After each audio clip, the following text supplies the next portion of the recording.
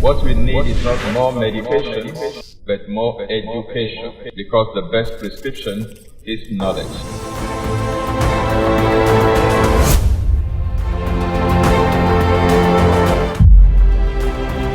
This is Exposé coming to you live from Lagos, Nigeria, every Monday on Instagram, YouTube, and Facebook simultaneously.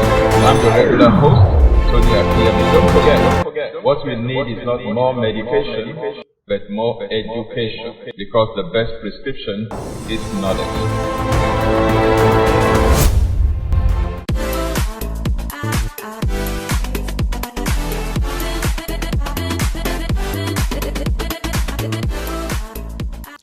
Hello and welcome. This is Exposé with Tony Akinyemi. This beautiful Monday evening, I'm very happy, delighted, excited to be your host again. As we start dealing with yet another issue during this particular season. We just concluded with arthritis last week, and today we want to do a little bit on allergies. I just call it Introduction to Allergies. We'll talk about different types of allergies, the causes of allergies, complications that can happen, and how to remedy allergies. Of course, some of the things we share are abridged, okay? But those who attend our institute, we actually get the full detail, the full gist. Now, let me begin this conversation on allergies with our immune system. We do some basics of the immune system. We teach immunity as a full course in our institute, Rafa Institute of Healthy Living. But let me just give you, an intro to a summary of what it's all about. Why do we have an immune system in the body? Now, first of all, is to help promote normal bodily functions such as wound repair, tissue cleanup, and what have you. Secondly, to help us address internal threats to our health and our life. Internal threats, such as, for example, each cell in our body has its own lifespan. For example, liver cells live for approximately 70 days. And once the 70 days are complete, the cell dies off. A new liver cell is produced to replace the one that dies off. So the liver is constantly being recycled, okay? And so it applies to every other part of our body. Our skin cells, our hair, our nails, our bones, our muscles, they all have their respective lifespan. Some of them live longer than others. Like I said, liver cells live for 70 days. They die off, new liver cells. So today now, some liver cells have died. They have reached their last day of life in my body and they have died off. And today also, a new batch of liver cells have been produced to replace the ones that have died off. So the liver is constantly being recycled. Our red blood cells live for 120 days, 4 months. The red blood cells are produced from the bone marrow. And once they become part of the blood and they are circulating, they live for 120 days. They die off. New blood cells are produced to replace the ones that are dying off. Now, when a cell reaches the end of its lifespan, it must die. If it does not die, it constitutes a health threat, an internal threat to the body. Okay? Now, every cell, when they are produced in the body, it is coded into the software that runs that cell, the DNA of that cell, the date that that cell will expire and die off. That programmed cell death is a normal process in the human body. Programmed cell death. It is called, in scientific terms, apoptosis or apoptosis, depending on where you come from. Programmed cell death, and it's normal. Now, when a cell reaches the end of its life and it's supposed to die by apoptosis, but it refuses to die because the software that has programmed the date of its death, that software has been corrupted, then that cell continues to live on and doesn't die. That cell can begin to divide and multiply and form a tumor. That's one of the ways that cancer develops in the body. Cancerous tumors can develop when a cell fails to die at the end of its lifespan. Failure of normal cell death is abnormal. Programmed cell death is normal. But when there is a failure in normal cell death, when they reach the end of their life, it can constitute an internal threat. So the second assignment of the immune system, apart from helping to promote normal bodily function, wound repair, tissue cleanup, the second thing that our immune system is supposed to do is to protect us against these internal threats. Just an example that I mentioned. And how does it protect? When the immune system finds out that a cell has reached, has lost its capacity to die, the immune system attempts to repair that DNA damage before it constitutes a threat to the body. If it succeeds in the repair, fine, that cell is restored back to normalcy. Maybe a cell is supposed to live for 70 days, and then on day number 40, it was found that the DNA of that cell has been damaged. It has lost its capacity to die, which means in 30 days' time, when that cell is supposed to die, that cell will not die, and it will progress to develop into cancer. So what the immune system will do is to try to fix that damage so that when it reaches day 70, which is its expiry date, it will die. So if the immune system succeeds in repairing that damaged cell, all well and good. But if the immune system is unable to repair that damaged cell, then the immune system will destroy that cell, mop it up. This is a dangerous cell inside here because it constitutes an internal threat to our health and to our lives. So a second thing that the immune system does is to protect us against internal threats. And the third one is to protect us against external threats, such as infections, pollutions, such as exhaust fumes from generators, from jalopy vehicles all over the place. Now, all these external threats can invade our body. Viruses can come into the body, bacteria can come into the body, fungi can come into the body, parasites can come into the body, chemicals can come into the body, toxins can come into the body. All of these are coming from outside the body into the body, and they constitute a major threat to our health and to our lives. So our immune system that God has put into our body is to protect us against those threats. Let me summarize again. Now, it's a nutshell. Now, if you come to our institute, you get the full blast, okay? I'm advertising now. Okay, so why do we have our immune system? One, to promote normal bodily functions, to help in repairing damaged tissues in the body and what have you, tissue cleanup in the body, okay? And then to protect us against internal threats and protect us against external threats. These are essentially, in an abridged format, what our immune system is supposed to do for us. Now, so where do we get our immune system from? Okay, most of our immune system are close to the outside world. Things that are open to the outside world. Our body, the parts of our body open to the outside world. The skin, for example. Our lymphatic vessels. The lymphatic system, like the thymus, the lymph nodes, the spleen, the bone marrow, and then the tonsils, in our throat, and then the gut with our, Peyer's patches, the appendix, the nostrils, the mouth. Now, all of these are part and parcel of the protection God has put in place for us. The immune system can also be looked at from two angles. There is the, innate immunity, and there is the adaptive immunity.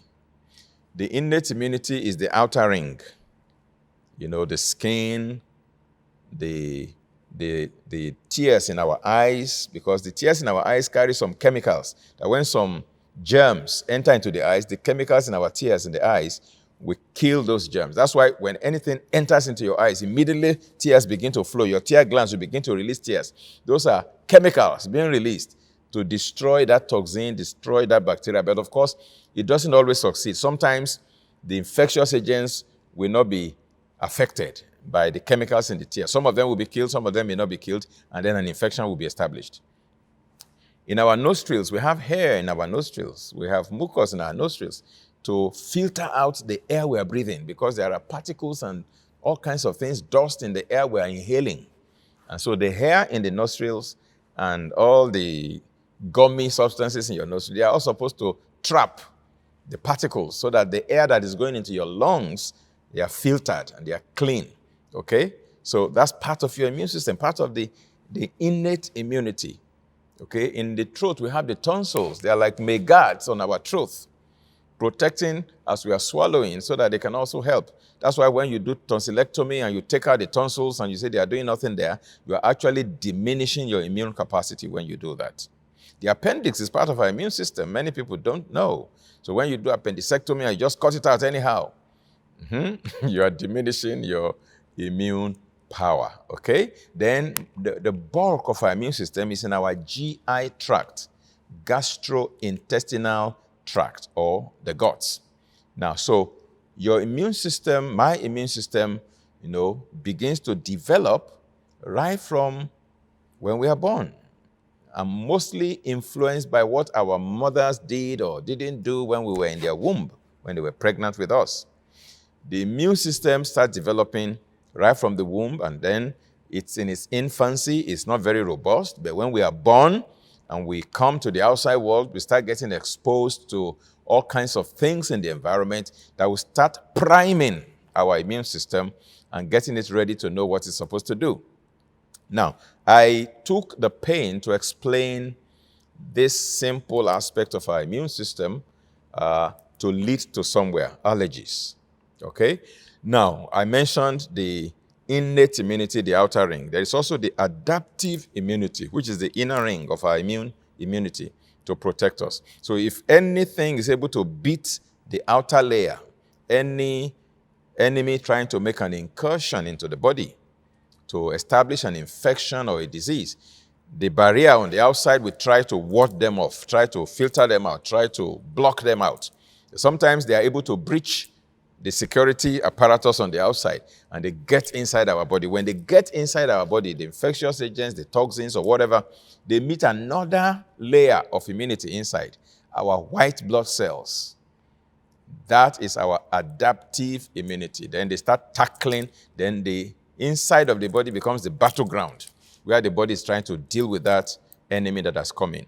Now, I will show you how allergies connect to that. But let's first of all ask the question, what is an allergy? Simply put, an allergy is an adverse immune system reaction to a substance that most people find harmless. See, I said the immune system protects us against internal threats and external threats. Now, when threats are coming from outside, the things that are coming from outside into the body, they are not part of the body. When they come into the body, they can do us good and they can harm us. When I eat food, it's coming from outside the body into the body. It will do me good if it's the right kind of food. But when I inhale viruses or germs or things into my body, they're also coming from outside the body, but they can harm me. Okay? So the body, the immune system, is able to determine among all the things coming into the body, which ones are friends, which ones are foes. When it is a friend, the immune system doesn't react. It accommodates them. It allows them to come in and do their job. When they are enemies, the immune system raises a fight and fights back. Okay, but there are some times when some friends are coming in and the immune system mistakes them for enemies.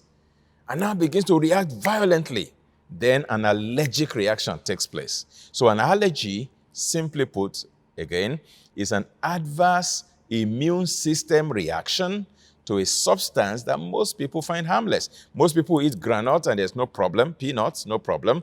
Most people eat shell seafood like shrimps, like periwinkle, like crabs.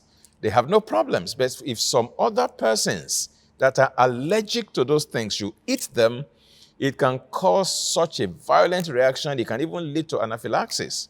People go into comas. People even die from eating something as simple as shrimp, something as simple as granite, because they are allergic to those things. Because their own body, their own immune system mounts up an adverse immune system reaction to these food items or substances that most other people find harmless. Everybody may eat boiled or roasted fresh corn and have no problem with it at all. You may eat the same fresh corn and you begin to sneeze vigorously for the next couple of days. What that means is that you are likely allergic to fresh corn, boiled corn, roasted corn. Now, the interesting thing is that sometimes dried, fermented corn products don't create the same allergic reaction because the process of fermentation causes some changes in the construction and chemical composition of those substances. Now, some people eat peanuts and they develop rashes all over the place. So allergies have become one of the most prevalent health challenges of modern times. No one appears to be immune from allergies. Everyone is affected to one degree or the other. That's why I find it interesting for us to discuss it. So understanding allergies, the symptoms, the triggers, and the remedies will go a long way in preventing or resolving many cases of allergy. It's a good time to go on a short break at this point. And when we come back, we will be continuing this beautiful conversation. Don't go away. I'll be back shortly. Don't forget, what we need is not more medication. What we need is more education. For the best prescription is knowledge. Meet Emily. She is passionate about living a healthy life, but finds it difficult to access information on health and wellness. Cancer is survivable. That is until she discovered the online healthy living training offered by Reverend Tony Akinyemi on lms.rafainstitute.org. The online healthy living training program is a comprehensive interactive course that covers topics such as nutrition, fitness, stress management, and mental health. The course is designed to provide participants with practical tips and strategies to improve their health and well-being. Emily is now equipped with the knowledge and skills she needs to live a healthy life. Join Emily and countless others in living a healthy life by signing up for the online healthy living training program today.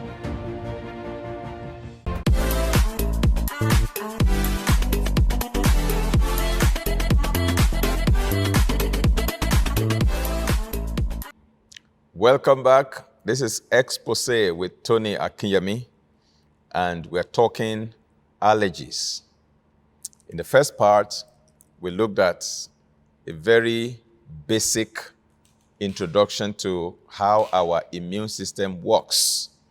And then we tied that into sometimes when the immune system begins to malfunction, as it were. One of the things that can happen when the immune system begins to malfunction is allergic reactions. Of course, that's not the only thing that happens with immune system malfunction. It can also lead to autoimmune disorders, and there's so many conditions in that category. The immune system itself can come under an attack and be the object of attack. Then that leads to immunodeficiency, okay? When the immune system itself is attacked and depleted, as in the case of HIV infection. So there are many things that can happen to the immune system. It can be deranged, and when it gets deranged, it can start attacking the body, and that becomes autoimmune disorder. It can start reacting to regular things that other people are exposed to, and there's no problem, and that becomes an allergic reaction. It can also, be decimated by itself, and then it becomes immunodeficiency. Now, let's go ahead in this second part of today's presentation to define certain basic terms that we need to get acquainted with, because I'll be using those technical terms in subsequent episodes in Exposé as we continue this beautiful conversation on allergies, allergic reactions, and what have you. So get familiar with the terms so that when I use them, you know precisely what they mean. The first term that I want to define is the term allergen, A-L-L-E-R-G-E-N, allergen. An allergen is a substance that provokes an allergic reaction. Or put in another way, a substance that causes allergies in people is an allergen. It may be a harmless substance such as food, then it becomes a food allergen.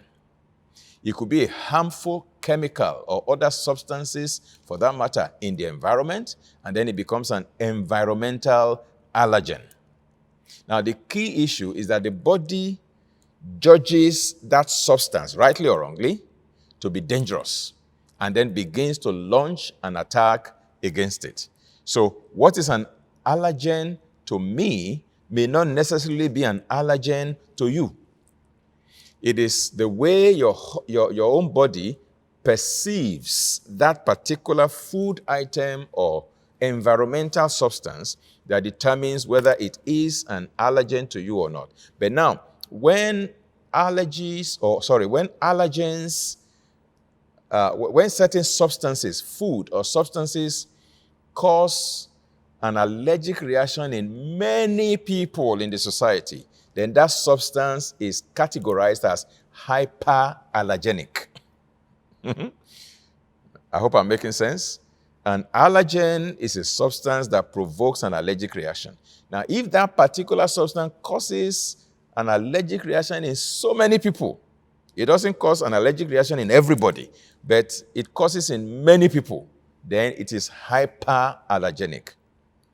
Okay? In other words, it has a high tendency of provoking an allergic reaction. An example of such would be gluten in wheat. There are a number of people that are gluten sensitive. They're very sensitive to gluten.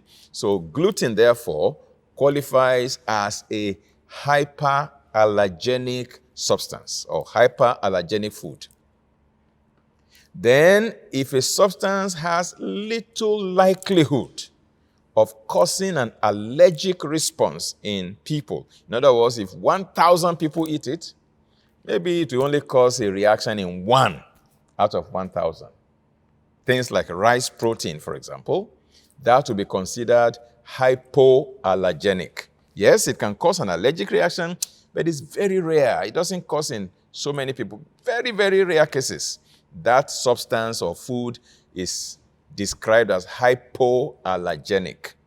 Now, follow me closely with these definitions because they're going to help us. Because when we get to how to mitigate allergies and such related disorders, like when somebody has asthma, for example, and people who have all kinds of allergies in their children, and they develop rashes in every portion of the body that folds, the back of the knee here that folds, the neck, the groins, they develop rashes all over the place, and the skin there looks like that of the skin of a toad.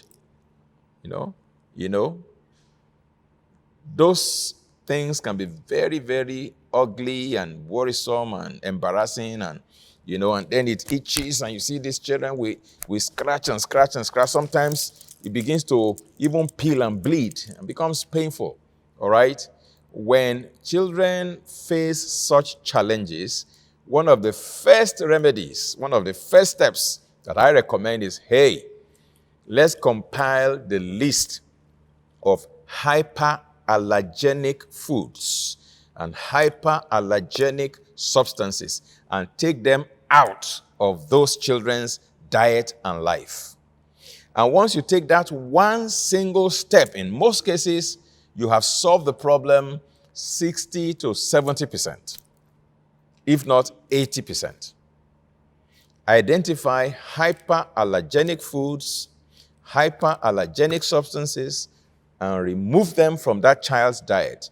No gluten, for example, no peanuts, for example, no cow milk, for example. Those are all hyperallergenic foods. They have a high tendency to provoke an allergic reaction in people when people consume them.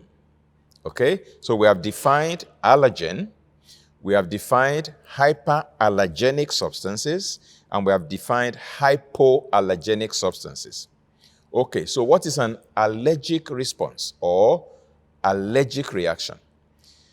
That is the body's immune reaction to a perceived dangerous substance. When the body comes in contact with a substance and the body perceives, the immune system of the body perceives that substance as dangerous, the reaction that the body mounts to that substance, that's called an allergic reaction or an allergic response. Okay? Now let's make progress. Another technical term is the word antigen. What is an antigen? The word antigen is actually a compound word formed from two words, anti. In other words, opposed to or against, anti. Some people call it anti. In North America, they call it anti.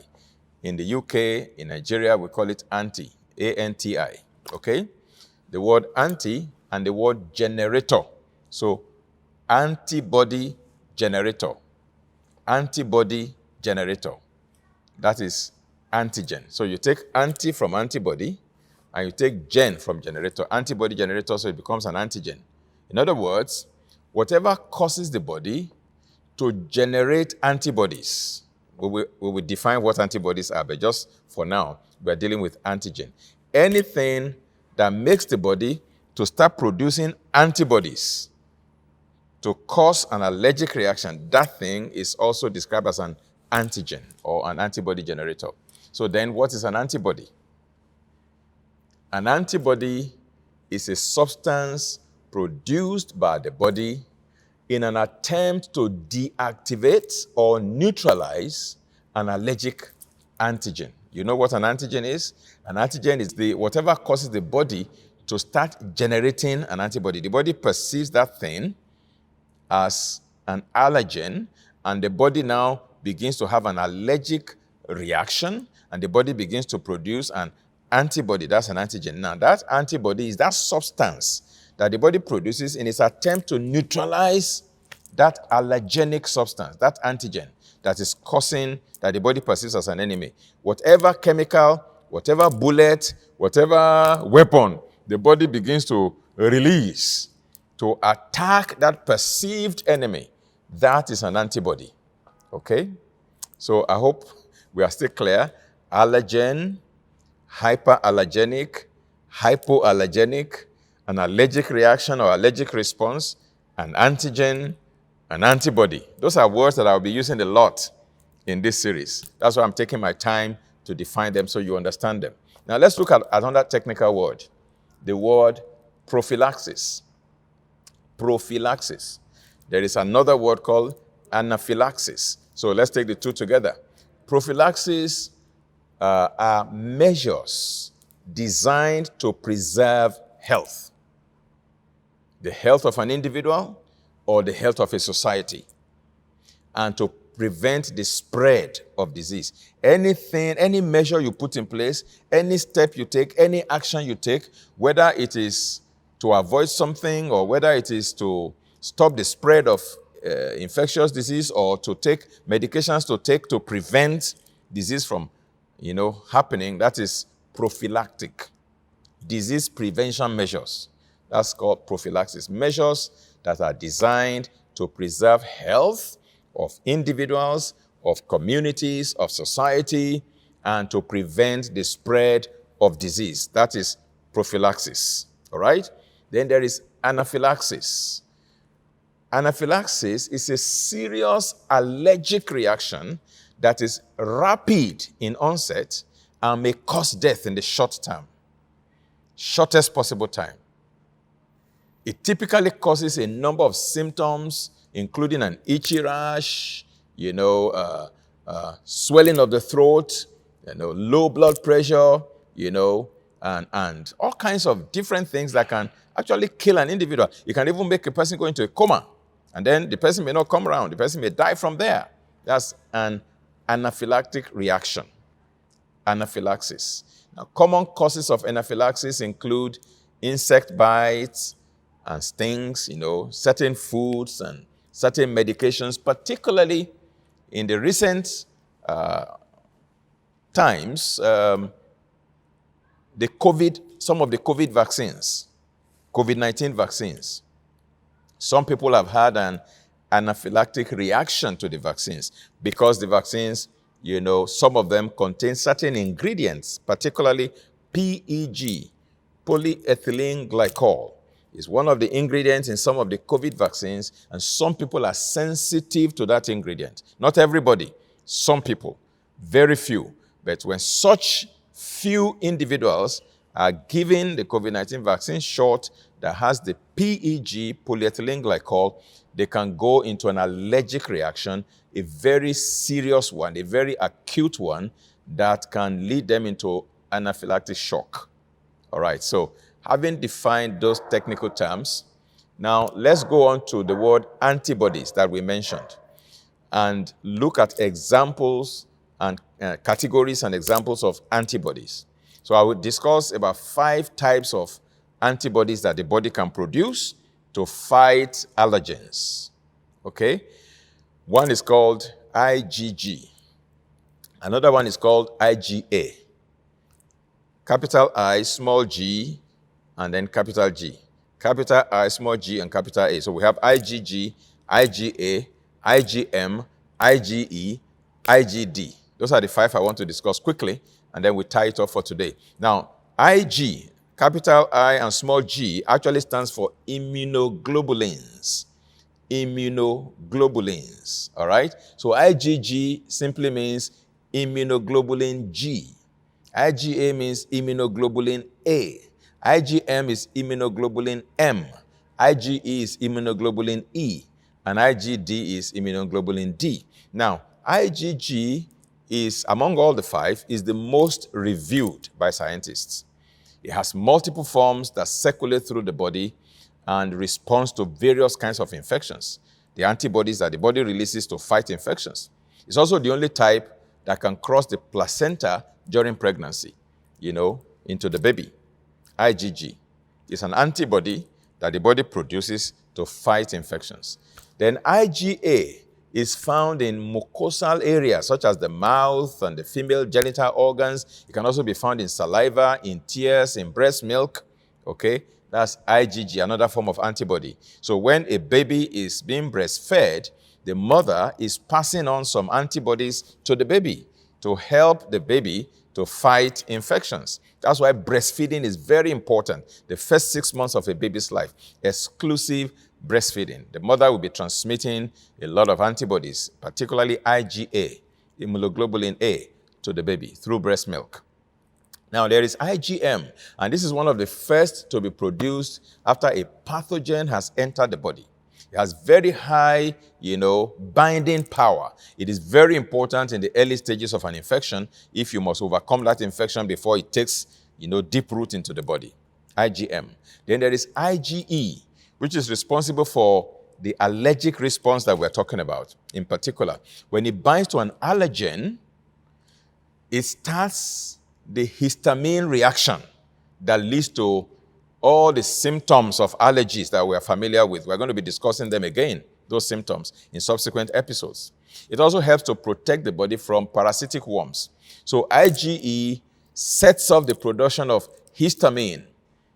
And it is histamine that usually causes the itchy eyes, the watery eyes, the red eyes, and all the different allergic reactions that people experience.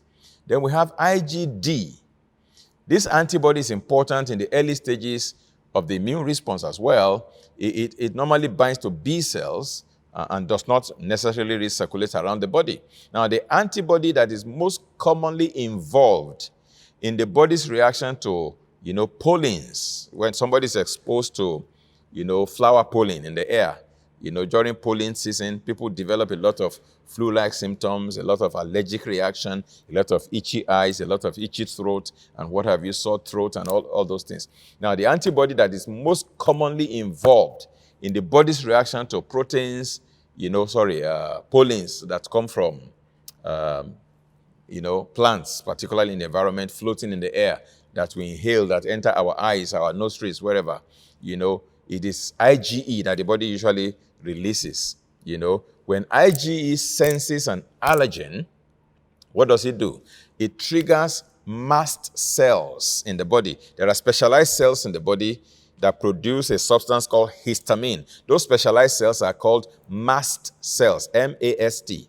So when IgE senses an allergen, it then triggers mast cells that are found throughout the body to start releasing copious amounts of histamines and several other chemicals. Now, it is this histamine and several other chemicals, about 20-something different chemicals, probably about 28 different other chemicals that are released from the mast cells that give rise to most of the symptoms of allergy that people experience that we're very familiar with, such as itchy eyes, watery eyes, and what have you. So these are the 5 types of antibodies that we're talking about: IgG, IgA, IgM, IgE, and IgD. And I said IgE is the one that usually generates a lot of, histamine, causes the mast cells to start pumping out histamines. That's why in the medical community, where somebody has an allergic reaction, usually they prescribe antihistamines or antihistamines, to calm down the mast cells to stop producing those chemicals that cause the itchiness and the watery eyes and all the different symptoms of allergy. Okay? This is a convenient point to cut it off for today. Next week, God willing, same platform, same time. Typically, we come live on Mondays at 8 p.m. West African time, 8 p.m. Nigerian time. All right? You can correlate what that time is in your own time zone and join us every Monday on Facebook and on YouTube.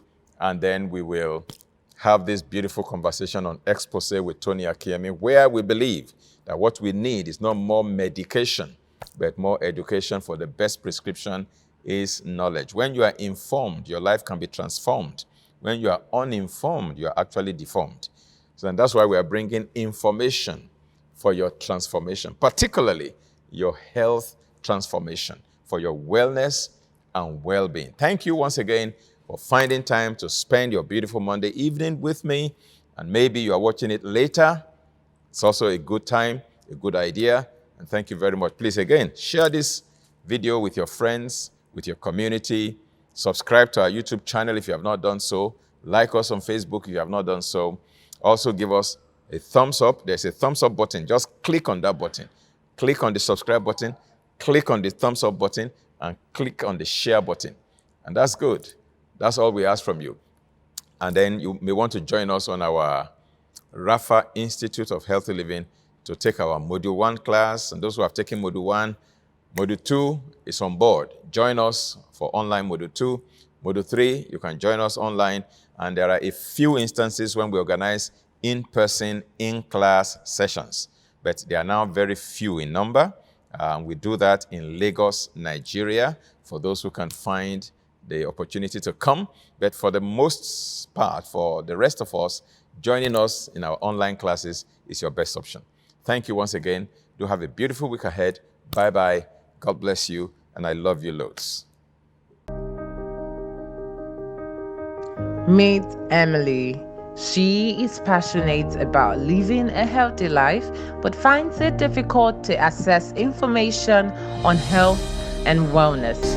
Cancer is survivable. That is until she discovered the online healthy living training offered by Reverend Tony Akinyemi on lms.rafainstitute.org.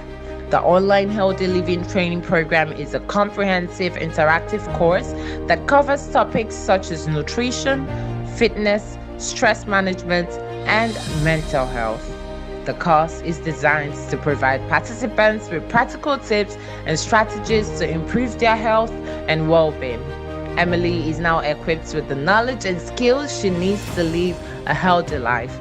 Join Emily and countless others in living a healthy life by signing up for the online healthy living training program today.